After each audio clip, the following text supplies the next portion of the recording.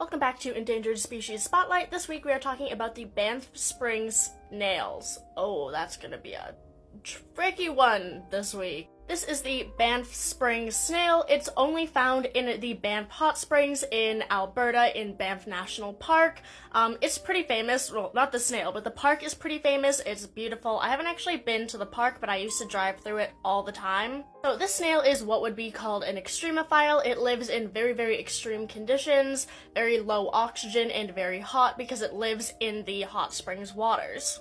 Unfortunately, it is also critically endangered. It is endemic to only a few of the hot springs found in Banff National Park.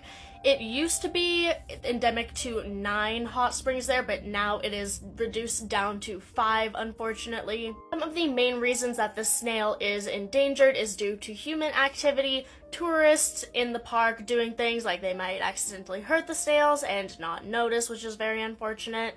Also, like, tourist activity before this was discovered to be so critically endangered when people just didn't really give a shit about these snails.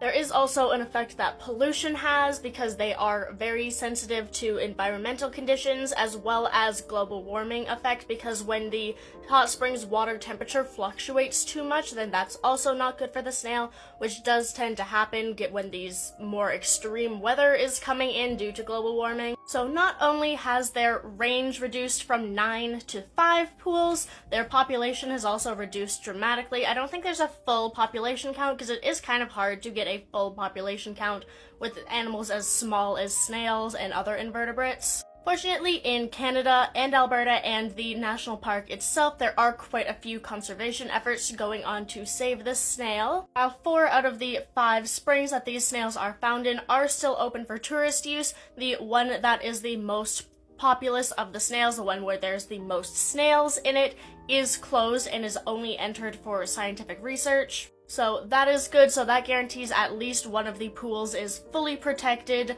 from tourists and other activity going in there and disrupting the snail habitat.